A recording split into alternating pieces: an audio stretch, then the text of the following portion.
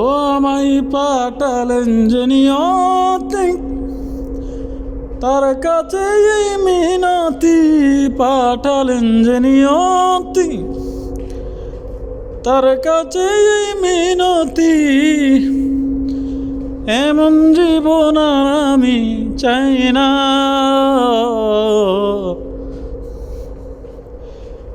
জীবন মানেই তো যন্ত্রণা, বেঁচে থাকতে বোধহয় শেষ হবে না।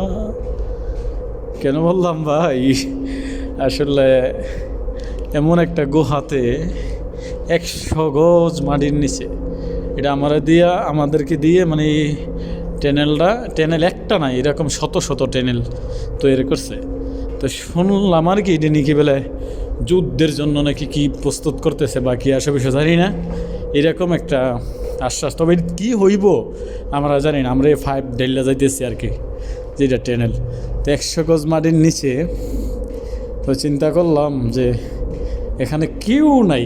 দেখতেছেন ভিডিওটা, আসলে দুই সাইডেই দেখাইলাম আমি, ভিডিওটা দেখছেন, কেউ নাই এখানে। যদি ময়রা ফইরাও থাকেন, ঠিক আছে, কেউ দেখার মতো না, এই জন্যই বললাম আর কি। ও একটি জীবন করে অন্যটির আশা, এর নাম দিয়েছি মানুষ, প্রেম ভালোবাসা। মনের আশা মনে রইল, পূরণ হলো না,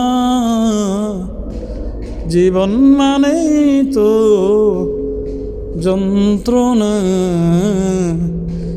বেঁচে থাকতে বোধহয় শেষ হবে না, জীবন মানেই তো যন্ত্রণা,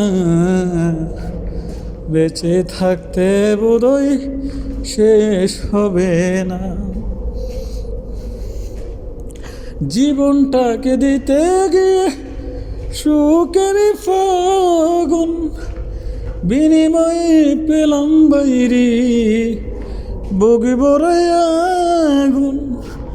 জীবনটাকে দিতে গিয়ে প্রেমের ফাগুন, বিনিময়ে পেলাম আমি বগিব আগুন।